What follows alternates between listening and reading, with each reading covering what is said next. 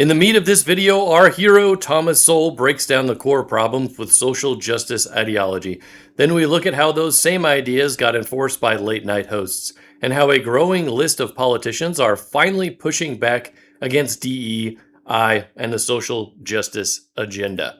Let's see what actor Vince Vaughn had to say just real quick. Because all they did during the only person they could make fun of at a certain point was just like white redneck kind of people, and it fucking tanked, and then everything tanked after that. Think about that. But see, they never get it right. The podcasts have gotten so much more popular with less production, less writers, less staff. And the reason why we have two people working here, and both of them are hungover. And one guy has shingles. But the place is clean. I like that. You keep a clean place. Thank you. Yeah, we did a vacuum. But yeah, because people want authenticity. Yeah. And I think that the talk shows, to a large part, became really agenda based. Yeah. They were going to evangelical people to what they thought. You know what I mean? And so people just rejected it because it didn't feel authentic. It felt like they had an agenda. And it stopped being funny, and it started feeling like I was in fucking a class I didn't want to take. But if you look at what happened to the talk shows and why their ratings are low, it's got only to do with the fact of what you just said, which is they all became the same show. Yeah. And they all became so about their politics and who's good and who's bad. And it's like, imagine sitting next to someone like that on a fucking plane. Oh. Bro, you'd be like, how do I get out of this fucking seat? I would fart right next to Holy cow. You fart your way out of it. Yeah, I would. Oh, I would for sure. All right, and then this quick video to remember the great time Trump had when Colbert finally got fired. CBS just canceled The Late Night with Stephen Colbert, just days after Colbert took a swing at his own network for settling with Trump. Listen. This kind of complicated financial settlement with a sitting government official has a technical name in legal circles. It's big fat bribe. This all comes as Paramount's owners are trying to get the Trump administration to approve the sale of our network to a new owner, Skydance. Some of the TV typers out there are blogging that once Skydance gets CBS, the new owner's desire to please Trump could put pressure on late-night host and frequent Trump critic Stephen Colbert.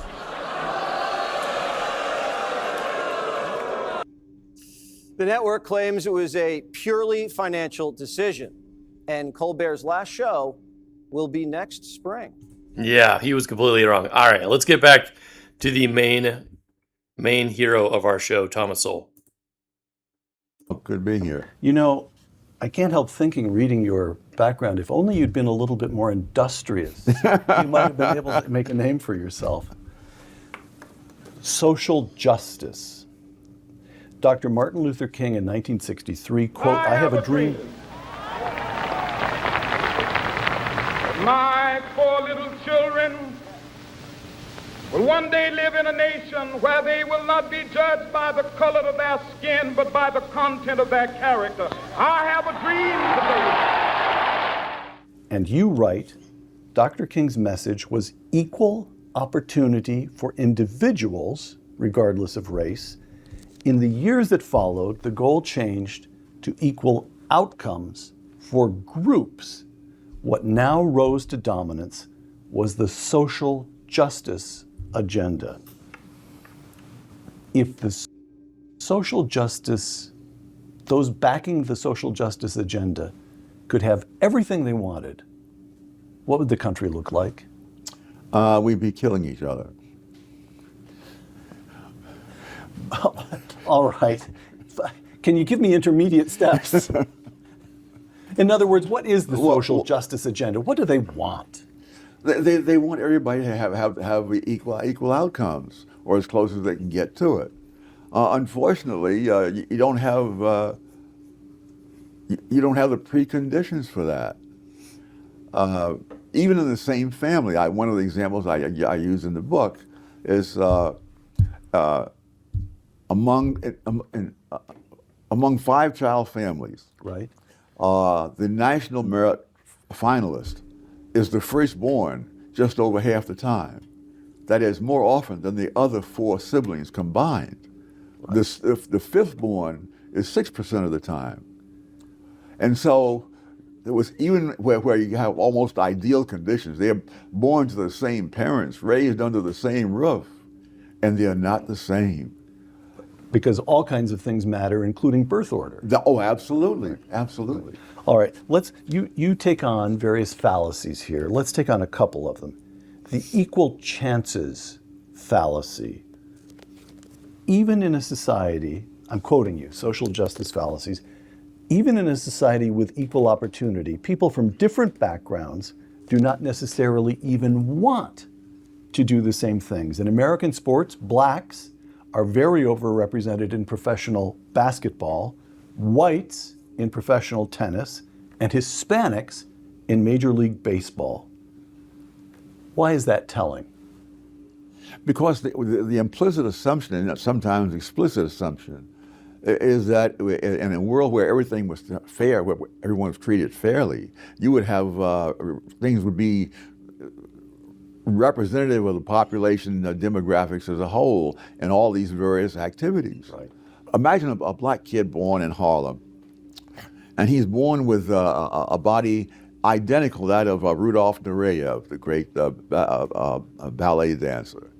There's the odds are 1,000 to 1 that he'll become a ballet dancer, much less another Rudolph Nureyev. I mean, he would be looked at strangely by all his friends in the neighborhood if he even wanted to do that. What you mean? But chances are he wouldn't even think about it. Right. So you mean to say that when you tried out for the Brooklyn Dodgers, you tried out for the pitching position in the Brooklyn Dodgers, and they didn't hire you, you were not being discriminated against?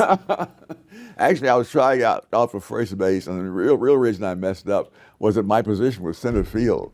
But in order to be a good center fielder, I need hours and hours of practice. And it was a very bad spring. I got very little practice, and so I figured at least I won't go out and make an idiot of myself in center field. So I made an idiot of myself at first base. Right. Chess pieces fallacy. The chess pieces fallacy. Explain that one. Well, Adam Smith had a very low opinion of abstract theorists who imagine that they can control a whole society with the ease with which one puts chess pieces where you want them on a chessboard. And so there's this notion of this inert mass of people down there, and then the wonderfully brilliant people at the top who ought to be telling them what to do. And there's no thought that, first of all, those at the top don't even know the people's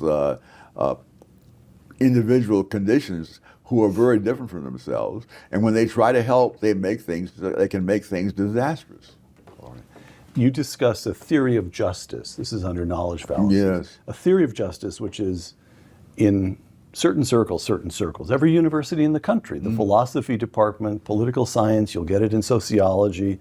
This is the big book on social justice, written by John Rawls, philosopher at Harvard. I'm quoting you, Tom. Rawls refers to things that society should arrange. You quote him, arrange, that's the word he uses. And then Tom Sowell says, interior decorators arrange, governments compel. It is not a subtle distinction. Explain that. Well, if you're going to try to get some kind of result, you have to specify through what kinds of mechanism you expect to get that result. And different mechanisms, whether it's the government, the market, the Red Cross, whatever, they have their own individual things that they're good at and not so good at. And so you can't get the social justice result that you want unless you have the kind of institution that's likely to produce that result. Politics is not that kind of institution. And yet they all implicitly rely on government. Yes. Redistribution of wealth, adjusting, using legal regimes to adjust the proportions of various groups that get certain jobs. They all rely on government. And what's distinctive about government is it's the one institution that can send you to jail. Yes. All right. And the point is that's dangerous. We shouldn't want more government, more hands in the power of the politicians. Yeah, one of the real problems is that you have people making decisions for which they pay no price when they're wrong, no matter how high a price other people pay. And right now, the homicide rates are beyond anything that were around, let's say, prior to 1960. And I mentioned 1960 in this case because that's when the Supreme Court remade the criminal law They discovered rights in the Constitution that no one had noticed for over a century. And they were impervious to evidence.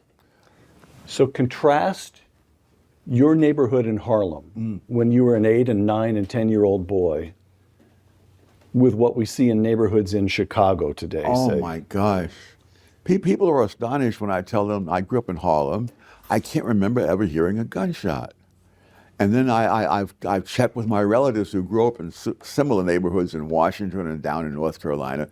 They never heard a gunshot when they were growing up. I remember going back to Harlem some years ago to do some research at a high school. And I looked out the window and there's this park there near the high school. And I mentioned in passing that when I lived in Harlem as a kid, I would take my dog for a walk in that park. And looks of horror came over the students' faces. People have no idea how much has retrogressed over the years in the black community, and how much of what progress has been made has not been made by politicians or by charismatic leaders. One of the things that drives me crazy are people who cite trends over time without deciding where they're going to start the time period. For example, it's said that all sorts of wonderful things happened in the 1960s and beyond, and especially for the minorities and the poor and so forth. So what I did, I said, no, well, you can't. If you start the data in 1960, we don't know how much was a result of that and how much was a result of other things. But that also applies in other things. So for example, one simple one. Many people say, Ralph Nader wrote this book in 1965, and about the automobile safety and so on. As a result, there were laws by the government, and the death rates went down after that, which is true in itself. But the death rate went down at a far higher rate prior to his writing the book. And this was the continuation of a trend that went back another 20 or 30 years. Because car manufacturers, when it came right down to it, had very little interest in getting people killed driving their vehicles. You kill off your customers, your chances are you won't sell as many cars. Right. The big fallacy, at least I take this as in many ways the heart of the book, racial fallacies. Mm-hmm. Now, in this section, in this chapter on racial fallacies, you begin, almost all of this book is addressed to the current moment. But in racial fallacies, you start by going back about 100 years. Yes. To lay out the progressive position in the 1910s and 20s, and for some years afterward. I'm quoting you. In addressing the massive increase in immigration from Eastern and Southern Europe, this massive increase in immigration begins toward the end of the 19th century and carries on through the 1920s. In addressing the massive increase in immigration, progressives claimed that these new immigrants were inherently, genetically, and therefore permanently inferior. So your argument is that a century or so ago, progressives believed roughly the same about Polish and Italian immigrants that whites in the South had long believed about blacks. Oh, yes. All right. Social justice fallacies. I'm going to read a quotation, then I'd like you to take us through this material. Let's watch that one again. For some years afterward. I'm quoting you. In addressing the massive increase in immigration from Eastern and Southern Europe, this massive increase in immigration begins toward the end of the 19th century and carries on through the 1920s. In addressing the massive increase in immigration, progressives claimed that these new immigrants were inherently, genetically, and therefore permanently inferior. So your argument is that a century or so ago, progressives believed roughly the same about Polish and Italian immigrants that whites in the South had long believed about blacks. Oh, yes. All right. Social justice fallacies. I'm going to read a quotation, then I'd like you to take us through this material. With the passing years, more and more evidence undermined the conclusion of the genetic determinists. Jews who had scored low on the 1917 Army mental test began to score above the national average on various tests as they became a more English-speaking group. A study showed that black orphans raised by white families had significantly higher average IQs than other black children, close quote. So in the century since this, you call them genetic determinists, Yes. which is one way of putting it. They were racist. Yes. They believed that some races were permanently inferior. Yes, and should be eliminated. And we've learned that's total nonsense. But even more than that, we've learned that IQ is malleable. Is that correct? I'm not sure what you mean by malleable. Well, that is to say that this ranking of the ranking changes Jews radically. are stupid in 1917 because they score badly on tests, but they start on tests written in English. Tests written in English. Okay. And people who spoke English did better on those tests. Or that blacks have a certain fixed IQ ranking, and then you have black orphans raised by white families. In other words, a different cultural. But even before that study wasn't done until 1976. Oh, that's a late But even one. as of the time of World War I, the data show that black soldiers scored below white soldiers. And this is one of the reasons it's so you need people with contrary opinions to be able to be free to attack things. The people who believe that this was genetically determined, they said, that's it, that's the answer, and they moved on. Some other people said, let's look at it more closely. And they discovered that black soldiers from New York, New York, Pennsylvania, Ohio, and one or two other states scored higher than white soldiers from Mississippi, Alabama, et cetera. And as I mentioned in the book, people's genes do not change when they cross a state line. The problem is when you have people who are crusading for some idea, whatever the idea is, and they find some data that fits what they believe, that's the end of the story as far as they're concerned, which is fine if there are other people with contrary ideas who will look closer for something that goes the other way. And then get listened to. Yes, yes. By the way, you describe in the book the Flynn effect, Yes. discovered by your friend, the late James Flynn. Can you Yes. describe that? That's fascinating. Well, the idea of the genetic determinists is that you had to rid the country of these inferior races, because otherwise the national IQ would go down over time, because the poorer people had more children than the richer people, and so that went on. Here again, the IQ data there that the genetic determinists were relying on looked like it supported what they said. But Jim Flynn decided that, well, first of all, you have to understand what an IQ score, how an IQ score is arrived at. Whatever number of questions answered correctly is the average at a given time, is given the number 100. Because when you do these tests, especially with children, if a 6-year-old child scores the same as a 12-year-old child, that means the 6-year-old child is either much brighter than usual, or the 12-year-old child is a lot less than usual. And so you compare all the 6-year-old children, and whatever the 6-year-old children, how many questions they answer correctly, that becomes 100. And then similarly for all the other ages. Right, so you can do that. And an adulthood, at some point, you simply say adult and non-adult. Right, all right. Now that sounds very, very, very innocent in itself. But what happens when people start answering more questions correctly than before? The next generation answers more questions. Now the number of questions answered by the second generation becomes 100.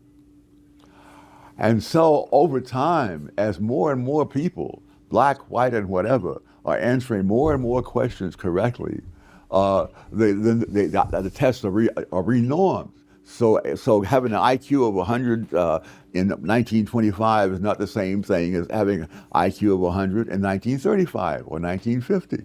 And this is exactly what was going on. Yes. People of all different kinds were Yes, getting smarter, to put it crudely. Is that fair? But once Jim Flynn decided to go back to the raw data, not just take the IQs. How many questions was this?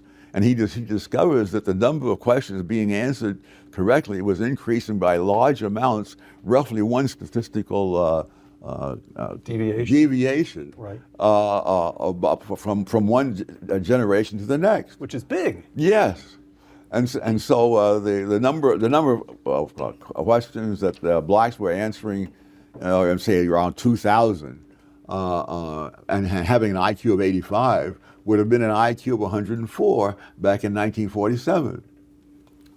And so all this information was being ignored because people took the IQ test as if that was a fixed number of questions I answered correctly. And so you take the lid off that one, the Flynn effect.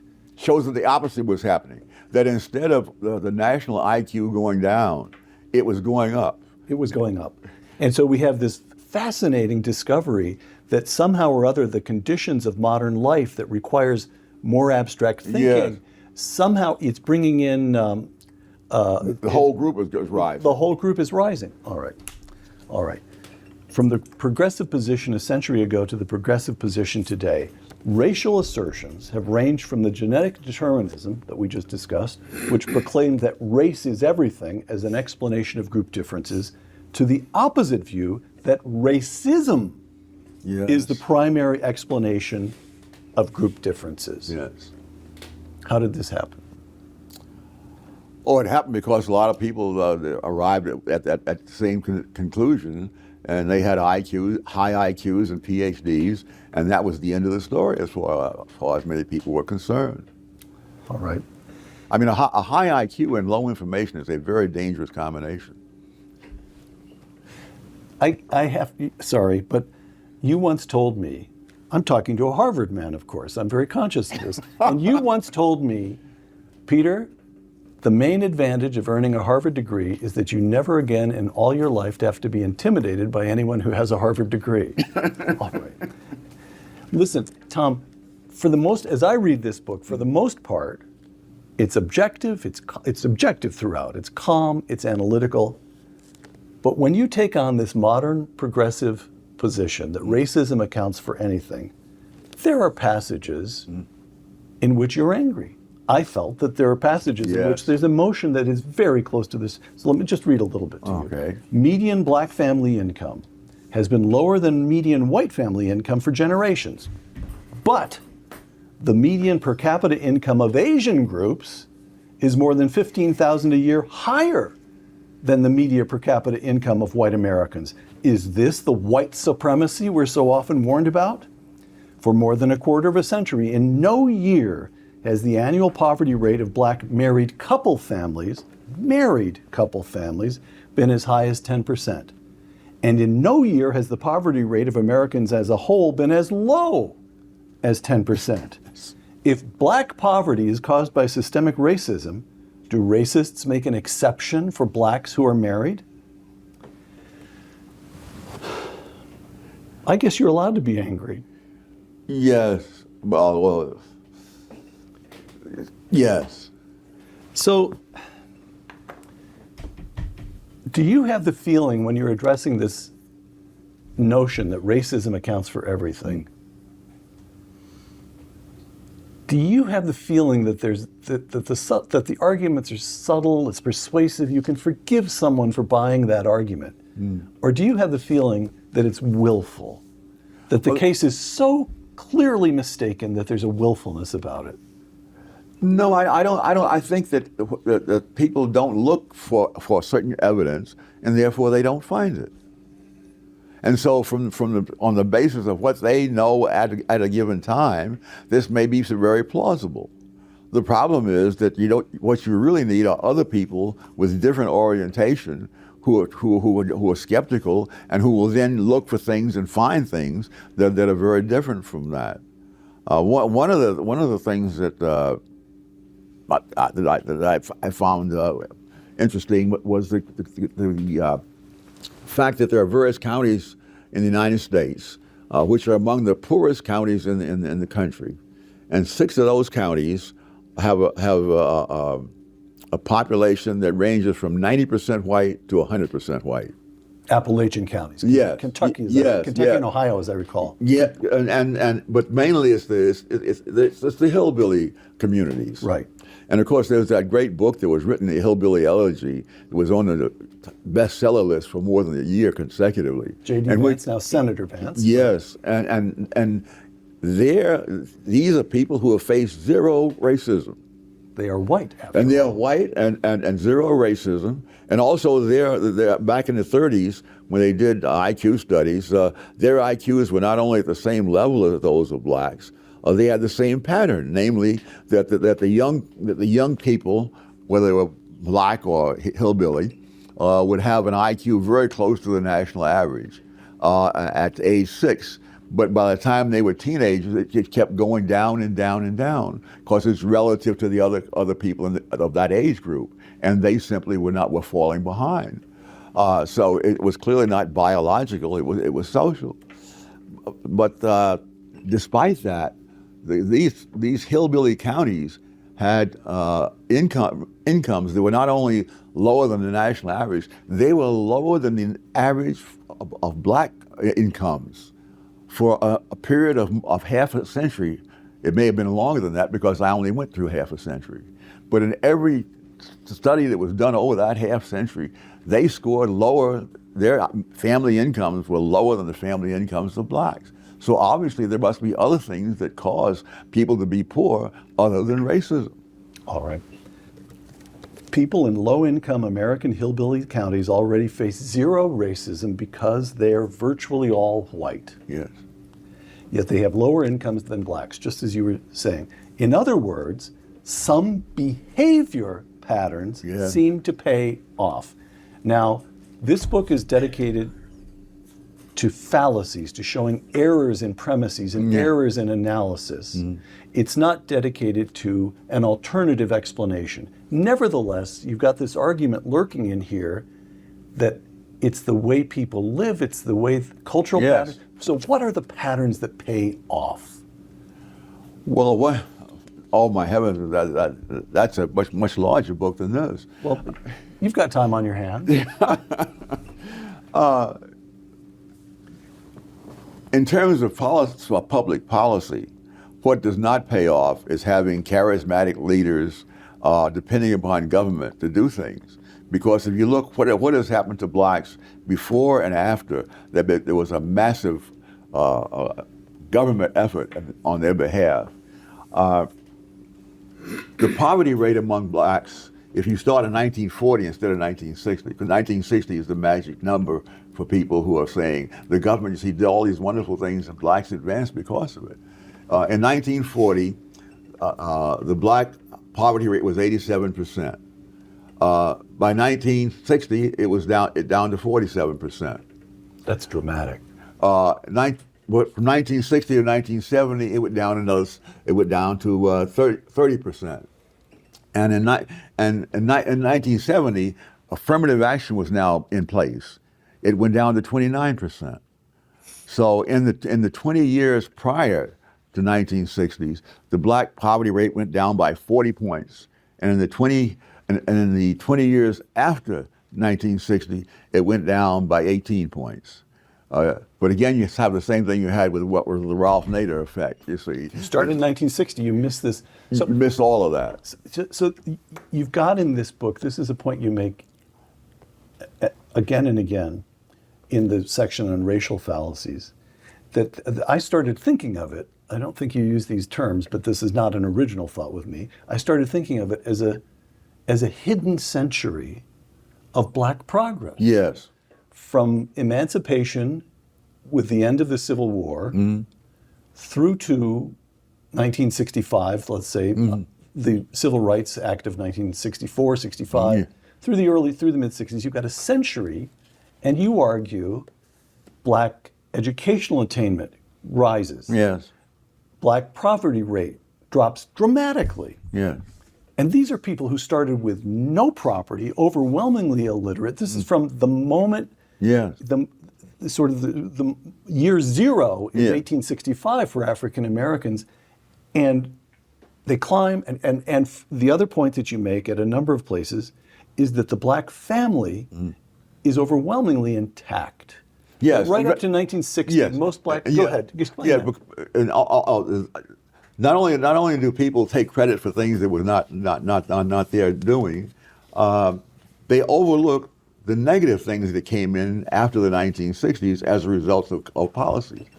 In 1940, 17% of black children were raised in single-parent homes. 17%. 17. At the end, I forget the exact date in the 20th century, but after these wonderful reforms were put in, that quadrupled to 68% of black children were being raised in single-parent homes. Now, there's a whole literature on all the bad things that happen to kids who are raised by single parents, whether they are black or white, American or British. The studies show the same things. One study said that fatherlessness has a bigger effect than even race and poverty. And certainly, I think back in my own life, I realized how fortunate I was, because even though my biological father died before I was born, I was adopted. I was adopted into a family where I was the only child in a family of 4 adults. And these were not people who were out having an active social life someplace. The life was there in the home. They gave you their time. Yes. And I remember years later when I became a parent, and like other new parents, I wanted to know, when is a kid supposed to do this, when he's supposed to do that? When do they walk? And I said, how old was I when I started to walk? And the lone surviving member of the family that raised me said, Tommy, nobody knows when you could walk. Somebody was always carrying you. But so you had 4 adults doting on you. Yes, and that's what, and then part of the rise of blacks before was because of things that were done by blacks. Example that I think of a lot was a kid who grew up in Harlem at the same time I did. We were in the same school, lived 2 blocks from me. And we met many years later by accident on a street in San Francisco, and we talked about the old times. And one of the things he mentioned to me, that because he had gone on, he was making more money than I was, and he would become wealthy, and he lived overseas with servants, and he came back and moved out to the wine country and all that stuff. But one of the things that struck me, he said that he could remember times when he was growing up, when his father would sit at the dinner table watching the children eat, and not eat anything himself.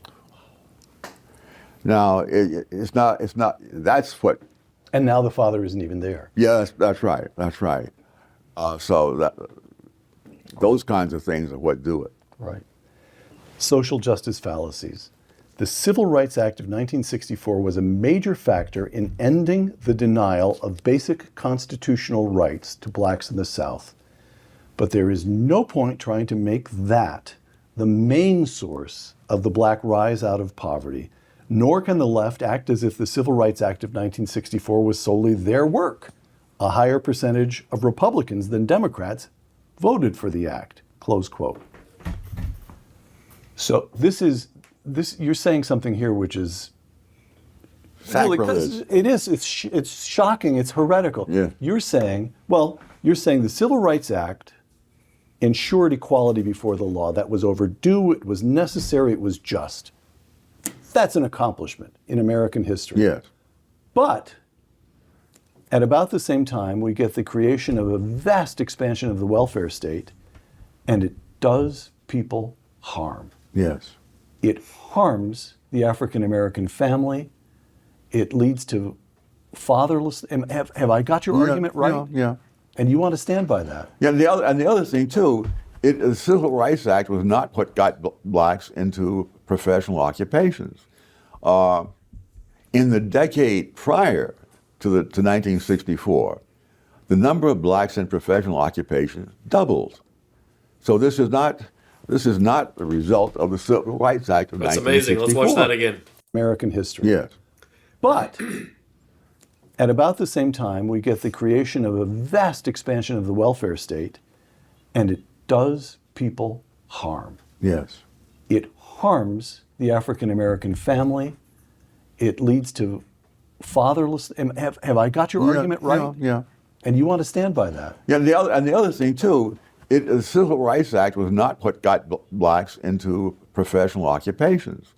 In the decade prior to 1964, the number of blacks in professional occupations doubled. So this is not a result of the Civil Rights Act of 1964. All right. Tom, a few closing questions here. First of all, may I read to you, this is a note to readers from the New York Times in 2020. All right. The nationwide protests over racism and police violence have prompted a renewed focus on a long-standing debate whether to capitalize the term black. We here at the New York Times have talked to more than 100 staff members. The feedback has been thoughtful and nuanced, mind you, and we've decided to start using uppercase black to describe people and cultures of African origin, close quote. The New York Times capitalizes black, but you don't. Tom Sowell, how dare you engage in this act of defiance? It is amazing the things that people can focus on. It may seem to be a big issue to the New York Times. I suspect that the people who are being murdered in these big cities like New York and Chicago may have a somewhat different view of the importance of what is capitalized and not capitalized. Tom, let me read a few single sentences from Social Justice Fallacies. I'll read a sentence, you tell us what you meant. Stupid people can create problems, but it often takes brilliant people to create a real catastrophe. That is so, my gosh. Think of the catastrophes of the 20th century. You mentioned the genetic determinants. They drew the conclusion from their reasoning that you had to put an end to certain races because they had what they called eugenics, but what was later called genocide. And so that idea originated with the progressives. And there was a progressive who wrote a book with that theme, which was translated into German, and Hitler called it his Bible. And so this Holocaust. You draw a line from the progressive eugenicists to Adolf Hitler. He drew the line. He drew the line and wrote a fan mail letter to the author of that book, and saying that book was his Bible. And we see what that led to. During the 1920s, in reaction to World War I, which was so bad, the idea arose among the intellectual elites that the way to prevent war was to stop arming. You see, so disarmament was the way to avoid a war. No evidence made the slightest impression on them, and they blundered the West into a war that probably would never have happened because the totalitarian dictatorships that started that war were well aware that the United States, Britain, and France had an industrial capacity greater than theirs. And you wouldn't ordinarily attack countries that have greater industrial capacity than yours unless you thought that they were gutless and were foolish enough not to remain armed. And for 3 years of that war, the Axis powers won every single battle. The Western democracies lost in Europe and Asia, wherever they fought. In 1942, Winston Churchill made a speech in which he said, we have a new experience, we have victory.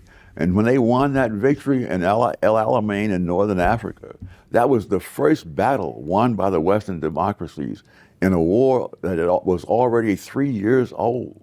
And from that point on, especially when the United States came in and the American productive capacity was mobilized, then it turned around. Today, people who are trying to say we need to disarm in order to have peace don't understand in a nuclear age, you're not going to get 3 years to figure out what's going on. You're either going to be ready on the first day of that war or you're going to lose it. That's a great point. All right, the great Thomas Sowell. Be sure to check out more for Thomas Sowell at the Hoover Institution. Great site. Here's what Trump had to say about woke. We've ended the tyranny of so-called diversity, equity, and inclusion policies all across the entire federal government and indeed the private sector and our military. Yes. Awesome. And Ilhan the criminal, allegedly. Will be woke no longer.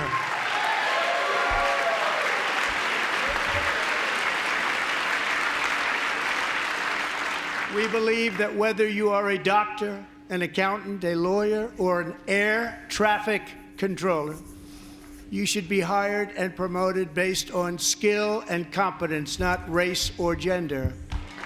Very important.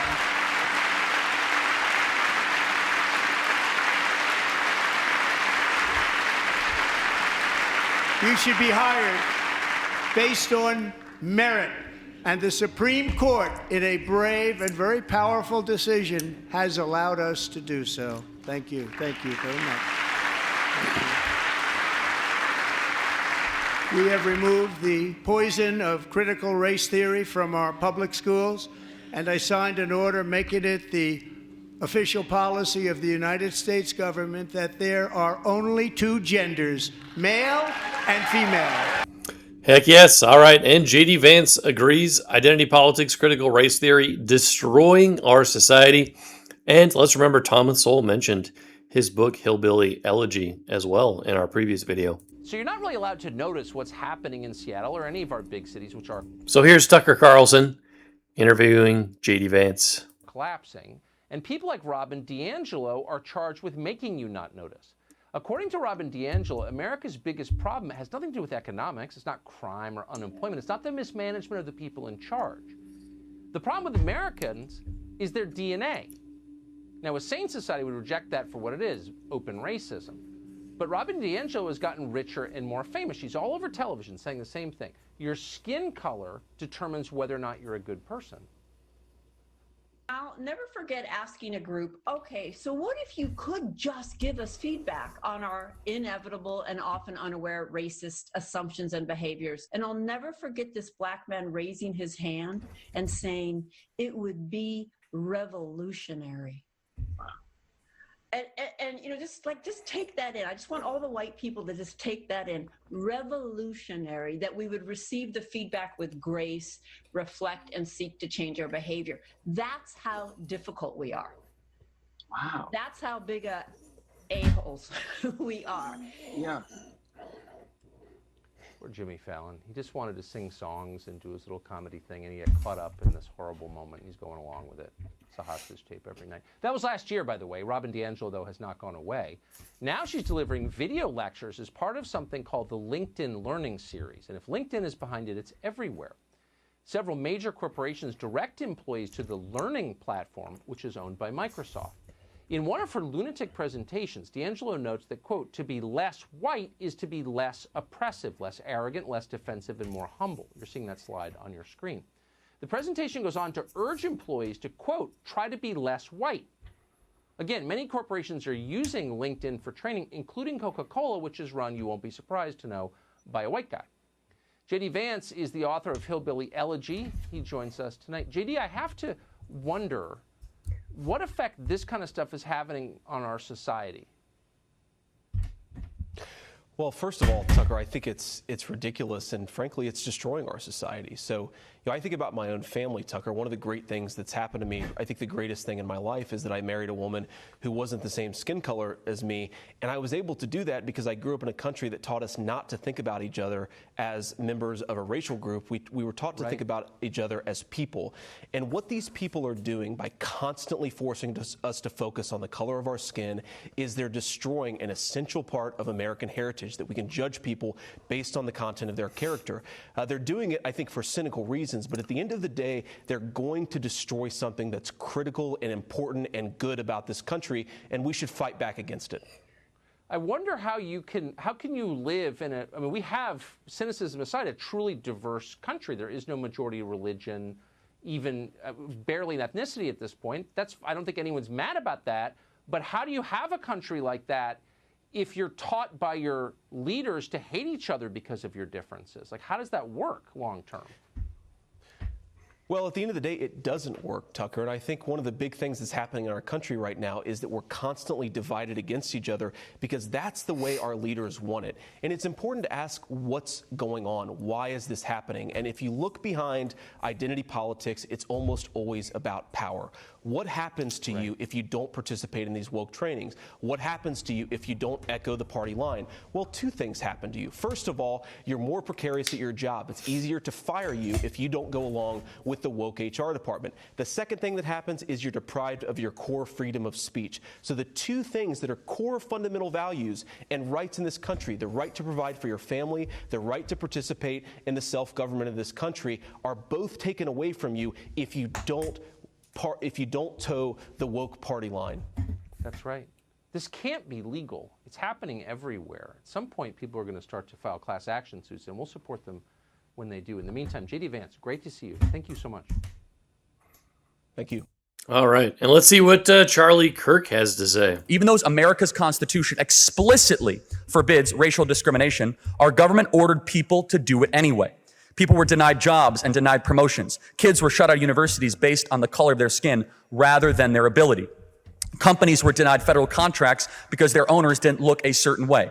People who didn't discriminate enough in hiring could be sued by the government. Every company in America lived in fear of their government deciding to target them for offenses against DEI. Trump has ordered DEI to be torn down, but I want him to tear it down faster. I want every university told that they're losing all federal dollars immediately if they don't stop racial discrimination. I want the Department of Justice to start auditing every federal contractor to find DEI and shut off contracts immediately wherever we find it. This is a kind of cancer that cannot be phased out. It must be ripped out from the core. Absolutely true. And they killed him for telling us about that legitimate truth. Okay, here it says, Charlie Kirk explains why liberal social justice is toxic. And so thanks. Yeah. So right now, our unit is about social justice, and I've got this assignment due on later this week. And so one of the questions is, what does social justice mean to you, and what are important components of social justice? Yeah. So how do I go about completing this assignment while still maintaining my conservative and Christian values? What kind of grade do you want to get in the class? No, I'm very serious. I would, college education is a very important part of me, but I wouldn't let that supersede my political or religious values. So, you developed a hierarchy. That's what you just did, right? So you just said this matters more than that. And so if you want to go after it, you could say, look, I believe in the ancient view of justice that built the West. I don't believe in environmental justice or racial justice or social justice. And you could go straight into how Aristotle defined justice. It is the messiest of all the virtues, but one of the most necessary. And it's very simple, giving man to what is due. Social justice is not that. Social justice is mass redistribution based on qualities of things people can't change. So justice has a preference on human agency and action. You did this, you get that. Social justice is, you look like this, therefore this should happen to you. That's right. Social justice rejects the intrinsic value of the individual. Dr. Jordan Peterson says here, there is simply no such thing as social justice. Whatever those who rely on this cliched phrase are aiming at has nothing whatsoever to do with justice. Justice is meted out at the level of the suffering individual. Jordan Peterson should not be allowed to speak on their campus. Peterson's a psychology professor at the University of Toronto. When Canada proposed a law declaring it illegal not to call someone by their preferred pronoun, in other words, illegal not to address those who don't want to be called he or she, as say Z or Zim, Peterson said he would not obey that law. Shame on you! Shame, shame, shame on you! It's not just students who object. Hundreds of his colleagues signed a petition demanding that Peterson be fired. They say his behavior is a danger. This is where we draw the line! This is where we draw the line! Now, when he tries to speak, protesters often surround him, blowing air horns or screaming to make sure others cannot hear him. At this school, he and students who wanted to hear him moved outside to escape the noise. But the protesters just followed him and drowned him out again. Go home, Peterson! Go home, Peterson! If somebody wants to be called Z or Zer, why not? I don't care what people want to be called, that's fine, but that doesn't mean I should be compelled by law to call them that. The government has absolutely no business whatsoever, ever, governing the content of your voluntary speech. But if I personally said, I'd like you to call me Z or Zen. We could have a conversation about that, just like I would if you asked me to use a nickname, for example. So, but there's a big difference between privately negotiated modes of address and legislatively demanded, compelled speech. Protesters call Peterson all sorts of names. They've called me lots of things. Hitler, that was one. The fact that it has to do with transgender people is virtually irrelevant. The issue is compelled speech. Peterson handles the protesters well. And you look pretty calm while they're screaming at you. Yeah, well, you know, better to be calm. Best to let the unreasonable opposition speak, because they manifest themselves as unreasonable, and then everyone can see it. You can also see it in this video, viewed millions of times. Maybe because Peterson stays calm while the TV host keeps twisting his words. You're saying that women aren't intelligent enough to run these top companies? No, I didn't say that at all. He simply says that natural differences explain most of the gender wage gap. Do you believe in equal pay? Well, I made the argument there. It's like it depends on So who you don't defines believe it. in equal pay? No, I'm not saying that at all. Like many on the left, she insists that difference proves discrimination. If it weren't for our sexist society, we'd be much more alike.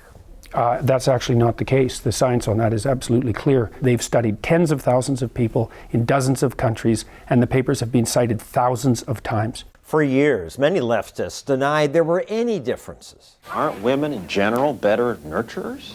No. Next question.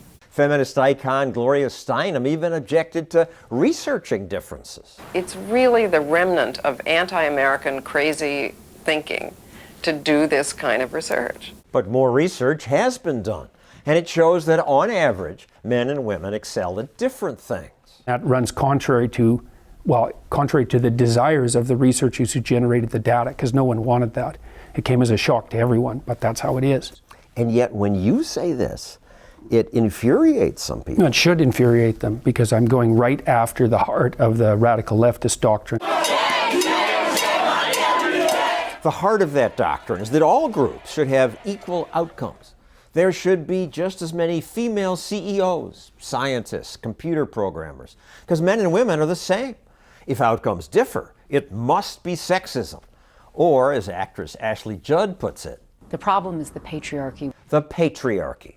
Professors teach exactly that. The United States has a patriarchal society. First of all, I think the idea that like men tyrannically dominated everything is a pretty damn weak argument. The year 2000 to the year 2012, the rate of absolute poverty in the world fell by 50%. It's like, that's pretty good for a patriarchal tyranny. That was the fastest economic development in the history of the world. But on campus, the message is inequality, oppression. Students major now in social justice. Disciplines like women's and ethnic studies, which are corrupt right to the core. I pledge to use they and them when I do not know someone's pronouns. They're out to produce radical leftist activists by their own admission. All you have to do is go to the websites of these disciplines and look at how they advertise. Social justice is different from justice. Social justice generally means justice for groups of people. It assumes every group, men, women, blacks, whites, should have the same income, job preference, everything. Peterson says this is an idea that comes from Marxist professors. It's a little discredited now to say I'm a Marxist. Yeah, you'd think so, wouldn't you? Except I think it's 1 in 5 social scientists identify as Marxist. So yeah, it's a little discredited, but it's nowhere near discredited enough. It should be as discreditable to say that you're a Marxist as it is to say that you're a Nazi. It isn't. On campus, socialism is cherished, says Peterson, although it's murderous. We've got 100 million corpses stacked up to demonstrate. Murderous then, but they say Stalin is a bad individual. Doesn't mean that. Yeah, so was Mao, so was Pol Pot. The thing is it was tried everywhere, and the end consequence was always the same. I've heard this all many, many times. That wasn't real communism. You know what that means? That means that if I would have been the benevolent dictator in the place of Stalin, then I would have brought in the utopia. There isn't a more narcissistic and toxic and inexcusable statement that you can possibly make. We actually value the individual. Peterson offers an alternative in videos that suddenly are being viewed by millions. The individual has intrinsic value. Peterson calls for the opposite of Marxism, individual sovereignty. The free market principles, the idea of individual sovereignty above all else, has distributed itself across the world quite effectively, and everyone is doing better here than anybody has ever done on the face of the planet throughout recorded history, and the whole West is like that. And to call that all a tyrannical patriarchy is indicative of a very deep resentment and a historical ignorance that's so profound that it's indistinguishable from willful blindness. Peterson says the best thing people can do to fight back against that blindness is to speak the truth, even when it's unpopular. Peterson follows his own advice. He said, Peterson's got a lot of great books. I love 12 Rules for Life. That one's fantastic. Maps for Meaning is a little tougher to read, but that's a fantastic book as well. Let's see. DEI led to real plane crashes. Oh my goodness. The girls at Endeavor embarrassed me. I missed You didn't this. see the video. Did somebody say slave? This is another one from Tucker Carlson, obviously.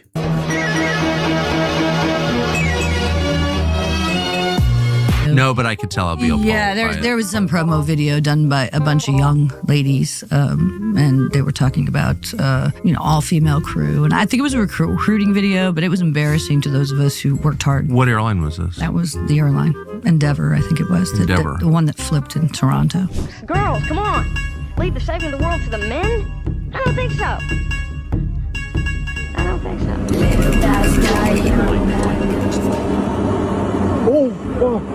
Oh, seriously? Yeah, it was all over. And they the put out a tab. TikTok But of it was like before that. Girl Power TikTok. Yeah, kind of Girl thing? Power TikTok came out, and of course it broke the internet after the accident. And so I want to fly with professional adults, not children. There you go. Absolutely. Professional adults. A little bit more from Tucker Carlson. Equity is racism. Good evening and welcome to Tucker Carlson Tonight. For months now, privately, we've been searching for a meaningful definition of the word equity. We've consulted linguists, we've dusted off moldering reference books, we've scoured the four corners of God's own internet, all in an effort to figure out what equity is. We've done this not for pleasure, we have hobbies, but because we feel it's our duty as a news program. Equity is now the organizing principle of the United States of America. On the very day he was inaugurated, Joe Biden signed Executive Order 13985. That order makes equity mandatory across the federal government in all the agencies. And yet, strangely, neither Joe Biden nor anyone else in the administration has ever defined the word. So what is equity? Well, tonight, finally, we know what it is. Equity, it turns out, is racism. It's as simple as that. Equity is racism. And to be clear, we don't mean racism in the sense that ice cream and Shakespeare and math are all now supposedly racist, or that Dr. Seuss is now considered an exalted cyclops in the Ku Klux Klan. We're not talking about the Ilhan Omar Atlantic Magazine definition of racism, which, by the way, isn't actually language, but just another blunt political weapon. No, we mean racism in the literal sense, in the way that Martin Luther King defined the term, which is the act of hurting some people and helping others purely on the basis of their respective races. Bigotry, in other words, prejudice, hatred. That's what equity is. We know this thanks to Lori Lightfoot, the mayor of Chicago. Earlier today, Lightfoot released a two-page manifesto defining equity. Quote, equity and inclusion are the North Stars of this administration, Lightfoot explained. Then she got specific about it. Quote, on the occasion of the 2-year anniversary of my inauguration as mayor of this great city, I will be exclusively providing one-on-one interviews with journalists of color. So in the name of equity, Lori Lightfoot is refusing to grant interviews to white people. Lightfoot took pains to explain she doesn't mean that personally. In fact, she conceded that some of the white reporters who cover City Hall in Chicago are talented and hardworking.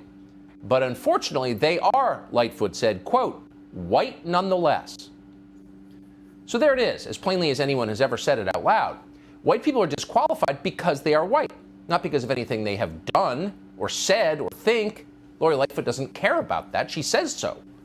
Lightfoot is not interested in what these white people might be like as individuals, as people.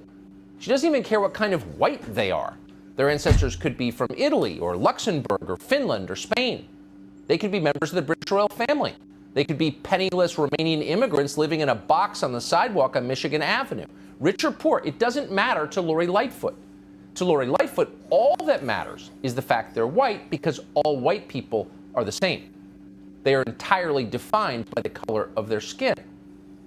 You can see how this makes life a little easier for Lori Lightfoot. She knows who to hate just by looking at them. If someday the Chicago police round up the entire population of the city, Lori Lightfoot would have no trouble pulling the right ones out of line for punishment.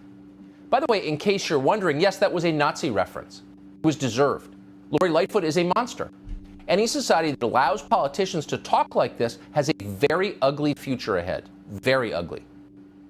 But of course, no one said much at all about what Lori Lightfoot said in her manifesto. Even Chicago reporters, some of whom could no longer do their jobs purely because of how they were born, offered only tepid complaints. Listen to this person from NBC. Another reporter called and said, "Hey, I'm hearing they're only talking to black or brown journalists." And I said, "What? It just didn't even sound real." And so I reached out to the communications director, Kate Lepergy, and she texted me back and said, "Yeah, that's true." She said, "No, white reporters have been in the room for the majority of the year, and it's time to hear from other people." What? Can this be real? What you just heard was confusion, but not outrage. And yet there's nothing confusing about who Lori Lightfoot is. Lori Lightfoot is a dangerous bigot. Lori Lightfoot is hurting other people because of their race. That's the crime, but of course it's the one thing nobody wants to say out loud. Here's the response from a reporter at the Chicago Tribune. Quote, "I'm a Latino reporter whose interview request was granted for today. However, I asked the mayor's office to lift its condition on others, and when they said no, we respectfully canceled. Politicians don't get to choose who covers them." End quote. Talk about missing the point completely. And by the way, of course politicians can choose who they talk to. All of us have that right, thank God. What politicians cannot do under any circumstances is an attack an entire group of citizens on the basis of their skin color. Again, to restate the obvious, that is racism. It is immoral. It is also illegal under countless state and federal laws. We are not supposed to allow behavior like that from our government. We are all equal in the eyes of the law. We are all citizens.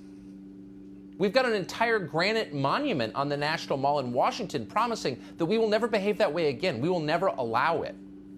But because we've embraced equity, we're not simply allowing it, we are encouraging it. Meanwhile, how's Chicago?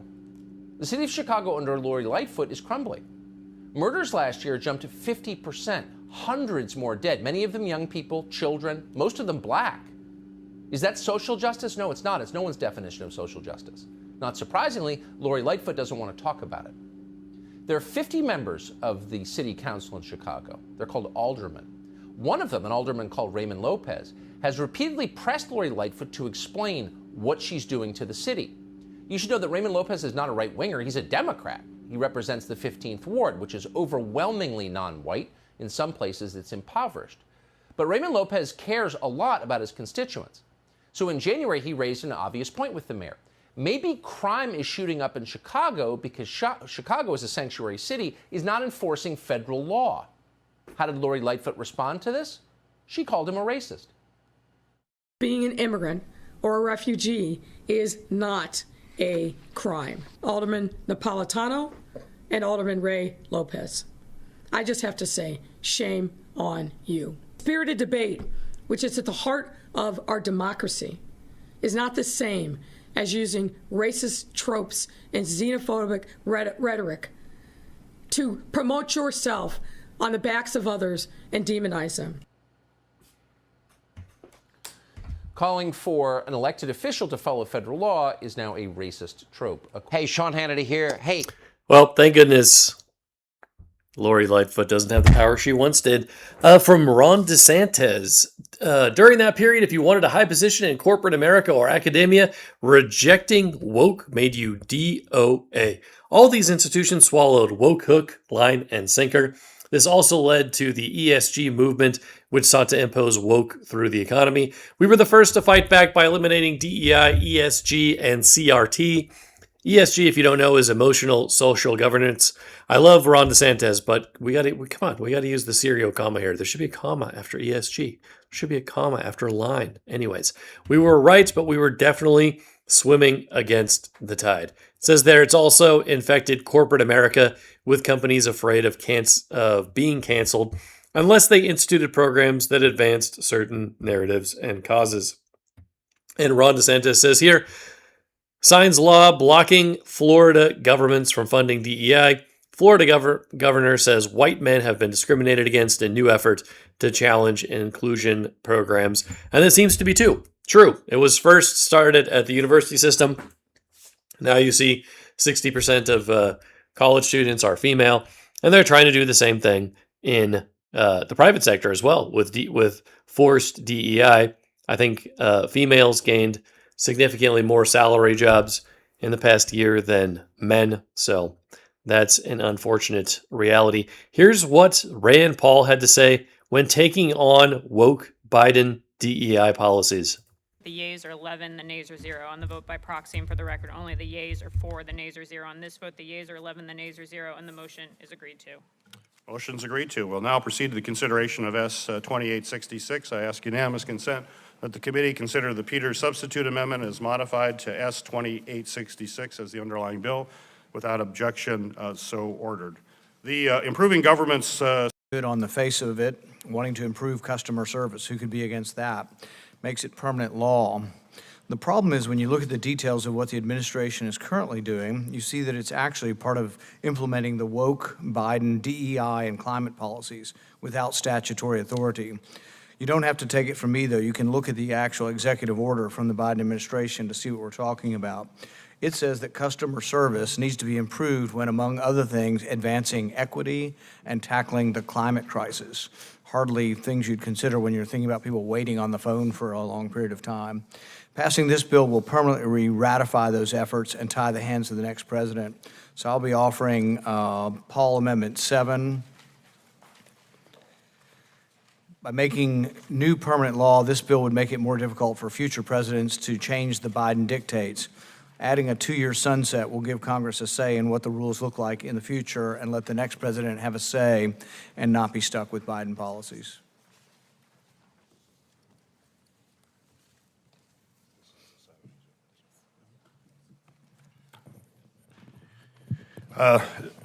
In my response to, we're going to be now considering Paul Amendment 7 to S. 2866. This amendment requires GAO to conduct a study on the bill's effectiveness and adds a 2-year sunset to the bill. A GAO report would be duplicative of OMB's role in ensuring compliance of this act, which includes a requirement for OMB to submit annual reports to Congress on its recommendations for customer service improvements across the government. Additionally, a sunset of only 2 years would prohibit agencies from measuring their customer service strategies from year to year. This sunset. Paul Amendment 2. This amendment would require the agencies to use existing funds instead of new funds to implement the changes and ensure that DEI and climate change alarmism is not part of the customer. These efforts won't replace the customer experience. So instead of having money go towards things that really have nothing to do with whether you're waiting on the phone with a federal employee to get to you, it would make sure that the current mission of actually trying to provide customer service would be the main thrust of what goes on with this bill.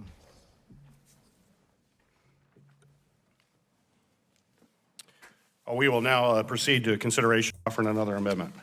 Paul Amendment 8. If this bill is really about improving customer service, my amendment gives the committee the opportunity to provide real accountability. If agencies fail to live up to their customer experience, if they're not answering the phone, if they're not doing the things that we want them to do for customer service, they would actually have to fire 5 senior employees and replace them with staff who directly interact with the taxpayers. We should not. All right, and here's a bit more from Rand Paul. We don't need special set-asides for women. Rand Paul assails race and gender preferences. To create thoughtful policies that will empower women entrepreneurs for generations to come. And with that, let me yield to took over as ranking member of this committee. I believe that our charge would be to create an environment in which all small businesses can flourish. Instead, our work here, though, is focused almost exclusively on which side of the scale the heavy hand of government should place its thumb. While some businesses may have just been too large to qualify as small businesses and were ineligible for the Paycheck Protection Plan, the Biden administration has continued to violate the law to pay back with taxpayer dollars their political ally, Planned Parenthood. Then came the Restaurant Revitalization Fund. whose race and gender preferences were struck down by the Sixth Circuit for violating the 14th Amendment's guarantee of equal protection under the law. It's simply galling that after Democrat governors shut restaurants down, shut the economy down, that Congress would insist that before owners receive assistance, they are first asked whether they are a man or a woman, black or white, Pakistani or Iraqi, and that the answers to these questions determine whether you go to the front of the line or the back of the line. Which brings us to today's attempts by the Biden administration to favor one set of races and genders over others. Rather, we should embrace the words written by Justice John Marshall Harlan in his dissenting opinion in Plessy versus Ferguson. He said, "Our Constitution is colorblind and neither knows nor tolerates classes among its citizens." The free enterprise system is consistent with those words. Free enterprise empowers those who innovate, who take risks, who work hard, including women. In other words, free enterprise is the great equalizer. The facts demonstrate that women entrepreneurs do not need government handouts. While just shy of 60% of Small Business Administration's microloans go to women-owned or women-led businesses, a majority of women entrepreneurs use private loans and sources of funding to start their own businesses, compared to just 20% who use SBA loans. Moreover, women-owned businesses have a nearly 70% success rate with crowdfunding, outstripping male-owned businesses by nearly 10%. The history of women in business is a great one. Private tech companies led by women achieve a 35% higher return on investment than similar companies led by men. Look around. Women are succeeding like never before. Whether it be in academics or business, women have proven themselves to be the equals of men. Frankly, it is insulting to think that women need affirmative action. A century of economic history demonstrates beyond a doubt that the best way to promote economic growth and upward mobility for all is to adhere to free market principles. Those are the policies that should be on the agenda today, but they're not. If the Biden administration and most of my Democrat colleagues in the Senate were truly interested in discussing the issues facing female entrepreneurs today, we would be here to discuss the impact of rising inflation, growing supply chain crisis, inflation throughout the system, all these effects and all they're having on American small businesses. Instead, Democrats are planning to exacerbate these issues by spending trillions more of American dollars, money that we don't have, in their attempt to remake America. At a time when 86% of small businesses today say they're concerned about inflation, and 74% say inflation hurt their businesses, Congress is now, led by the Democrats, doubling down on failed big government socialist policies in precisely the wrong prescription, making it harder on small business. Rather, we ought to rediscover old economic truths, that all entrepreneurs thrive when they're encouraged to innovate and compete in a marketplace. Absolutely true. Love those comments from Rand Paul. It says here, Rand Paul reads off government DEI initiatives he wants to cut. This amendment adds language to specify that no additional funds are authorized to be appropriated. I think it would be a great legislative exercise to try to figure out, as we make government bigger, where we'd shift the money from, how we'd pay for these things. So we have $100 billion out there. Certainly there'd be some money if you want to do something for the northern border.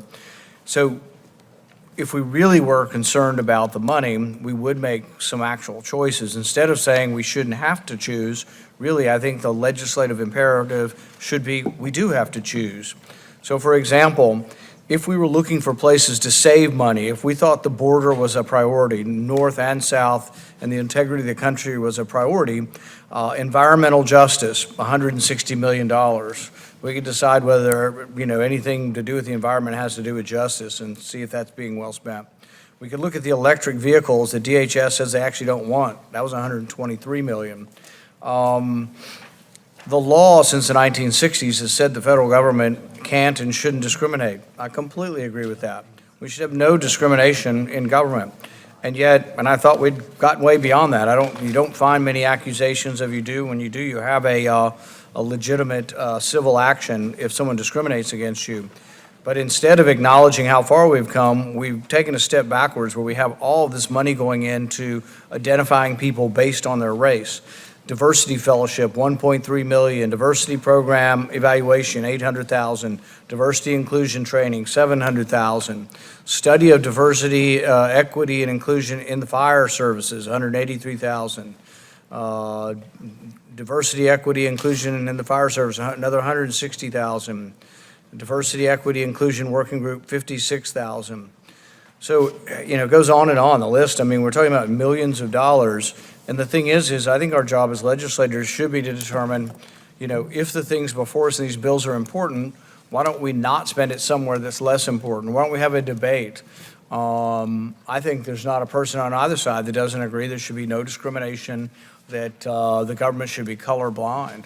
I think we have for a long time. I mean, the worst example that I can think of is probably back with Woodrow Wilson, deciding to no longer have individuals hired who were African American back in the teens. But we've come a long way since then. I think we do a pretty good job, and we should continue to be vigilant. But the idea of identifying people based on their race is actually the reverse. The Supreme Court's now looked into this and sort of acknowledged that we're at a time in our history when we should quit categorizing people by race, quit separating people out by race, and just say, hey, you're an individual. You do a good job, you continue to work. You don't do a good job, you're judged by your merit, not your ethnicity.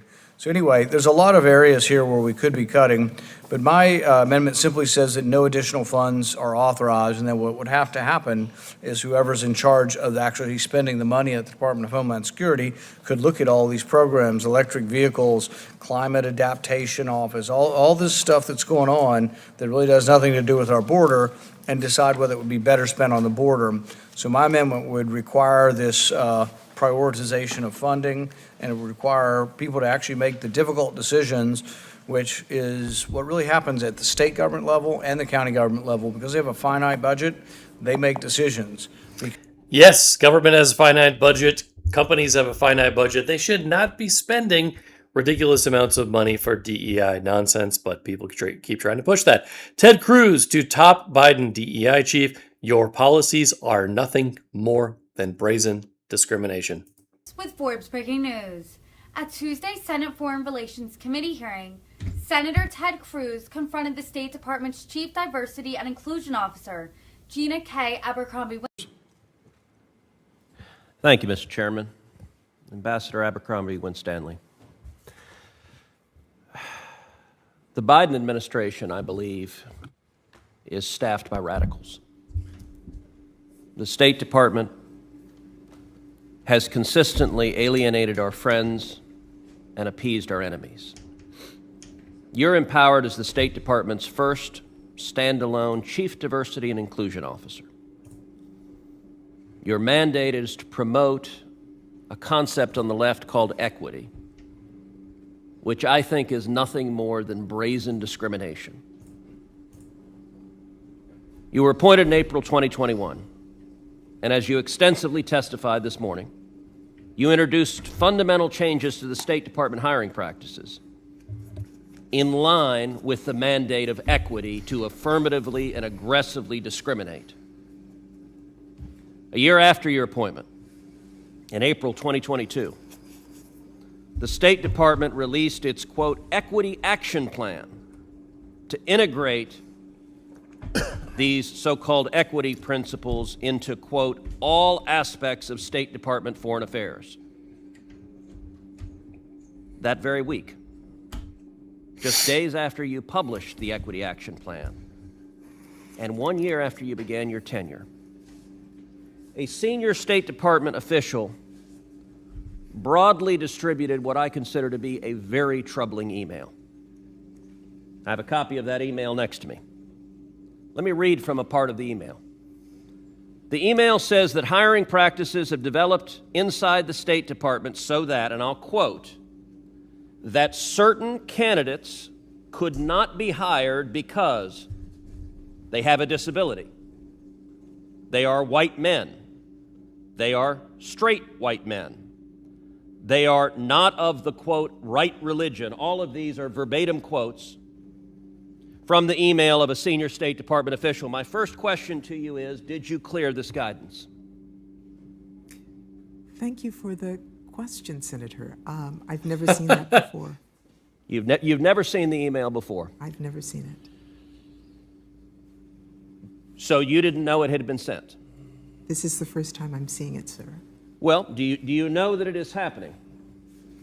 That the State Department perceives, and this is, I believe, as a result of your work, that they have a mandate to discriminate against, as the email says, to discriminate against people with disabilities, to discriminate against white men, to discriminate against straight white men, and to discriminate against people that are not of the, quote, right religion. I'm not sure what that meant, but I suspect it meant that if someone is a Christian. I don't know that because that's not what the email says.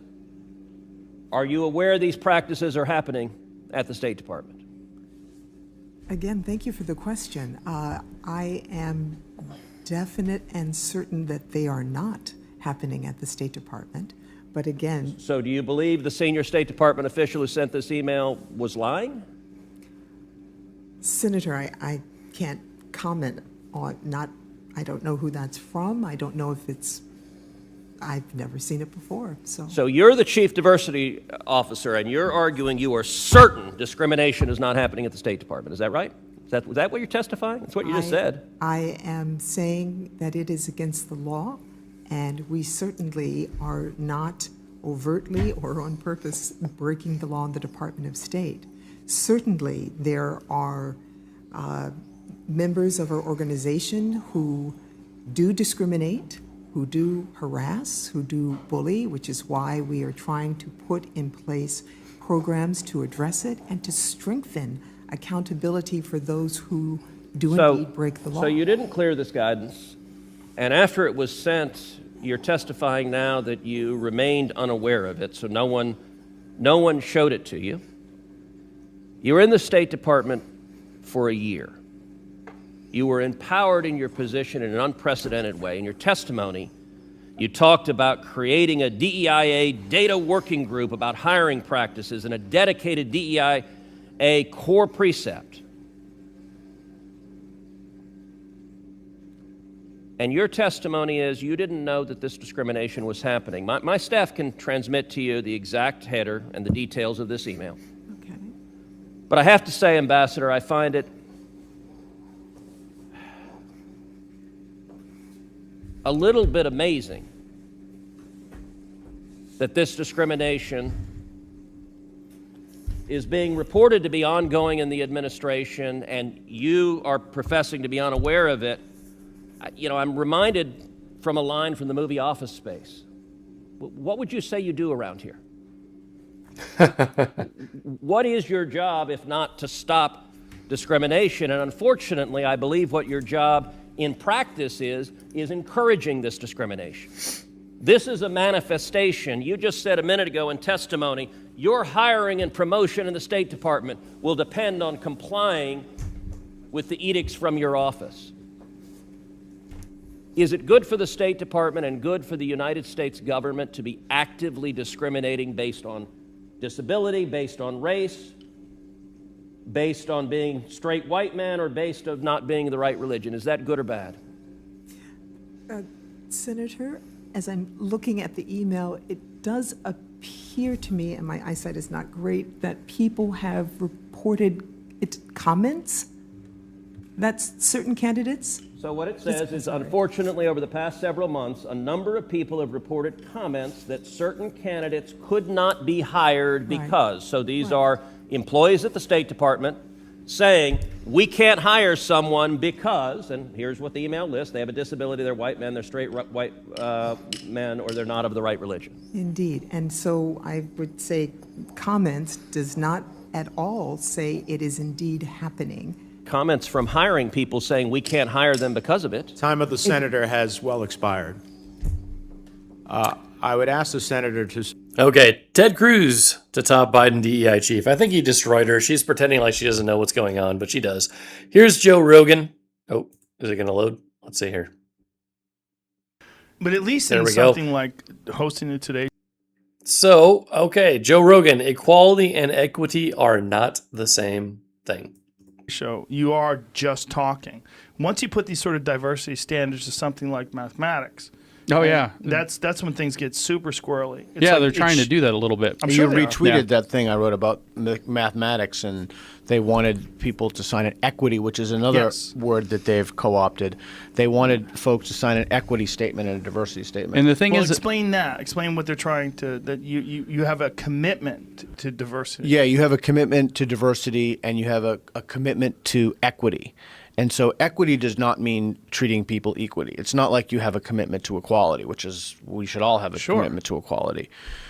It's equity is defined differently. It's to make up for past injustices or to make up for some deficiency that has occurred somewhere along the line. So affirmative action is an equity movement. It's to treat people differently in order to level the playing field. Yeah. So it's not treating people. It's not treating people equally, and that's the key thing. It sounds like it is, but it's not. It's a word that they've smuggled in. Straight out of the literature again. It's again out of all the stuff comes back to the literature. So if you look at the word equity in the dictionary, you get one definition. But if you look at the word equity as they're applying it. Yeah, in sociological definitions, it's a very specific thing that means something slightly different from what people assume. So here's the question you should ask somebody. Anytime you hear someone use the word equity, just ask, "Oh, I'm curious. Why didn't you use the word equality? Can you think of would the sentence be the same? Would the meaning be the same?" Well, the meaning is not the same. That's why they used equity and not equality. Well, equity is a finance word. That's why it's weird. Equity is also a fun. So they don't make up new words, right? They co-opt. Yeah, they co-opt. They change, and then they smuggle diversity, inclusion. Yeah. And they write these academic papers, and they come up with these ideas. They start with their conclusion. They push it through. It gets published. And that's just like, it's like the academic equivalent of money laundering. Yes. Right? So how does money laundering work? Yes. You take some money, you got, ill-gotten money, you put it through, this shell company or this thing or the other thing, and it comes back. So this right here is James Lindsay, and the other person Joe Rogan's interviewing is Peter Boghossian. Back to you, and now it's had a legal trail that makes it legit, right? Well, here you take some prejudice, you write it down as an academic paper, you publish the thing, it gets the academic standard stamp on it, it's the gold standard of knowledge now, and now this prejudice you started with now looks like legitimate knowledge that can go straight in the classroom, it can go straight to activists or policymakers. It's a real problem. Yeah, and it's really funny though that you're saying it's like academic money laundering. It is. It is. Yeah, that's Brett. That's Brett Weinstein said that. Brett Weinstein said that, and that's what it is. It comes out the other side as knowledge. Yeah. So then they think they have knowledge. Right.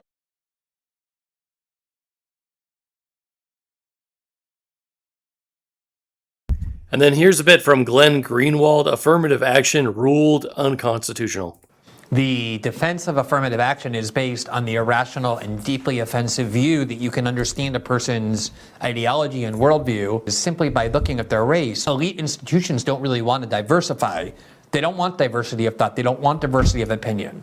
They want superficial diversity so they can feel like they're changing things. And that is at the heart, the fraud of the affirmative action that got struck down today as being what it is, which is purely about discriminating based on people according to their race.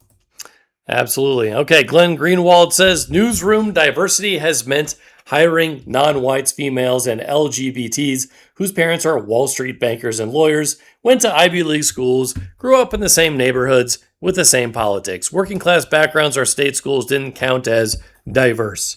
And Lee Fang says here, I witnessed the dynamics described in this piece dozens of times when I was at The Intercept. Coworkers openly said they didn't care about broadening the job pool for working class writers. The DEI was meant to prevent the media outlet from hiring any more white men. And here's what Tulsi Gabbard has to say about this. Equality is treating everyone equally, providing the same opportunities regardless of race, religion, etc. In the essence of aloha and the message of MLK, whereas equity, advocated by the Biden administration and woke activists, demands equal outcomes regardless of effort or ability.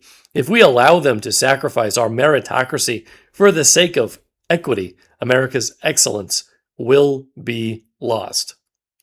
And then this guy says, you're not wrong there. Okay, and here's a little video from Tulsi Gabbard, reveals shocking stories of DEI she uncovered within the intel agencies. On the subject of saving money, you're doing some of that right here. Yes. And in part, it relates to enacting President Trump's DEI directives and pulling back on some of the nonsense that I know you and all the other agencies were spending money on, not you, but the intel community. Can you speak to a little bit of like what you found? Because you're doing your own Doge, you're doing DIG. Yes. So that's under you. You didn't out. So this is not one of the areas that Elon and Doge came into. You did it on your own, and I understand why. There's a lot of. They are helping us. They have incredible tools and a lot of lessons learned through the work that they've done. Okay. And so they are helping us and allowing us the opportunity to be able to apply those here. So we're not trying to reinvent the machine at all, and we're able to get after the things we're looking for. So how much is going out the door on DEI programs and hires and so on? So there was a DEI office that was immediately shut down, and that alone was a savings of around $20 million. But the thing that we just announced today, in fact, was the closure of this Office of Human Capital, completely different part of the organization. It turns out that it was an office where the previous administration kind of hid a bunch of their DEI people, knowing that this action was going to be taken by President Trump. And there was a slush fund there that they would use to fund people millions of dollars to go to DEI conferences and talk to other DEI people. And so we shut that down at a savings of $150 million today. But the thing that I think a lot of people would be surprised by, when I came in here, I was able to talk with some of the people who work here. DEI was such a priority that it was baked into the incentive structure for people to advance professionally here. And I would imagine it was very similar across the federal government, where some employees told me that they were put in a position where they had to spend half of their time working on DEI initiatives in order for them to be able to put it on their annual evaluation and therefore be noted as, oh, well, you are more likely to get promoted if you are spending this significant amount of time on this diversity, equity, inclusion initiatives. And for me, I'm like, how in the world would you spend half of your time on that? Right. What were you creating? And I don't really know the answer to that, but I do know the answer to our national security on that question. Because what that means is in the Office of the Director of National Intelligence, and we have people here who work from all across of these 18 intelligence elements being put in a position where they're told, if you want to get promoted, if you want to advance in your career, the priority is not, are you delivering the best quality intelligence assessments and analysis to best inform the president's most critical decisions? No. You will advance professionally if you show that you're dedicating half of your day towards these DEI initiatives. Which is completely ludicrous, isn't it? It's just completely ludicrous. Just to focus half your day working in government on DEI nonsense. Says here, woke ain't dead. Thomas Massey for Congress. I'm Thomas Massey, and I approve this message. DEI, transgender sex surgeries for kids. President Trump crushed the woke agenda. But if Ed Gowrine has his way, woke ain't dead. It's making a comeback. Woke Eddie Gowrine was a chair and executive coach for a company that trains CEOs and biz leaders on implementing woke DEI programs. It even included watching a film that helped them support gender transitions. Eddie Gowrine, his pronoun is woke, and it's wrong for Kentucky. Unfortunately, Gowrine did win that election despite not truly representing proper conservatism. I'm Thomas Massey, and I approve this message. Woke Eddie's Record, chair and executive coach for a company that trains implementing woke DEI programs, recommending books by authors who defended BLM riots and demand reparations for slavery, showing films to support gender transitions, bankrolled by a billionaire who donates millions to support transgender activism. Woke Eddie wants you to think he's transitioning from a liberal into a conservative. Don't be fooled. You just can't spell Woke Eddie without DEI. That is absolutely true. And Massey was completely against DEI and has been for a long time. As you can see from this, says Thomas Massey saying, I'm a co-sponsor of the Dismantle DEI Act of 2025, H.R. 925. Rep. Michael Cloud's bill would eliminate federal funding for DEI offices and programs, rescind related executive orders, and establish a private right of action for individuals to sue over violations of its provisions. Okay? So that's one of the most important things to happen in the country. But unfortunately, Massey lost his election. So I'm concerned about DEI making a comeback in Congress. I seriously hope that it does not. But thank you so much for watching the video. If you're still here, you are an amazing person. And I hope that you'll like, share, and comment and come back again, because we love to see you regulars come back and share in our patriotism and love for the United States. Okay? Have a fantastic day.